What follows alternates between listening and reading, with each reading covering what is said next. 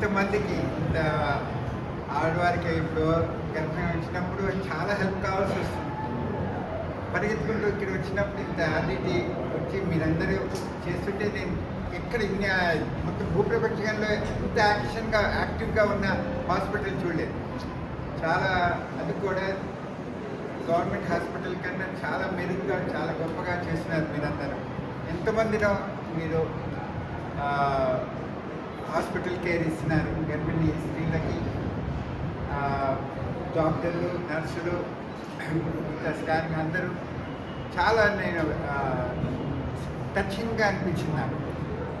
ఒకసారి ఇంతమంది జనసంఘం ఒక హాస్పిటల్లో ఉన్నారంటే అండ్ వీళ్ళందరినీ మీరు హ్యాండిల్ చేస్తున్నారంటే అది యూనో పెద్దగా చెప్పుకోవాల్సిన విషయం. అది ఇది డబ్బుతో సంబంధం లేకుండా మీరు ట్రీట్ చేయటం అంటే సిటీస్ వచ్చిన వాళ్ళు సిగ్గుపడాలి, మిగతా హాస్పిటల్స్ వాళ్ళు సిగ్గుపడాలి. ఇది మీరు చేసే వృత్తి కేర్, బాడీకి ఫిజికల్ కేర్ చేస్తున్నారు.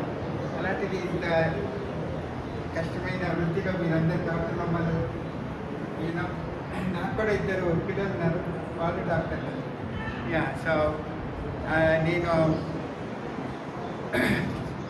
డాక్టర్లుగా చేయటం ఎందుకంటే వాళ్ళు పోయి ప్రజల్లో ఏమైనా చేస్తారన్న దాంతో చేసినాను.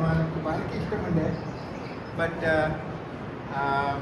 అది మీ అందరూ ప్రత్యక్ష ప్రాక్టికల్గా అక్కడ సీన్లో ఉండి చేసే వాళ్ళు కాబట్టి మీరే ఫస్ట్ సిటిజన్స్. మీరు చాలా బాగా చేస్తున్నారమ్మా. మీ అందరికీ వందనాలు. Thank you.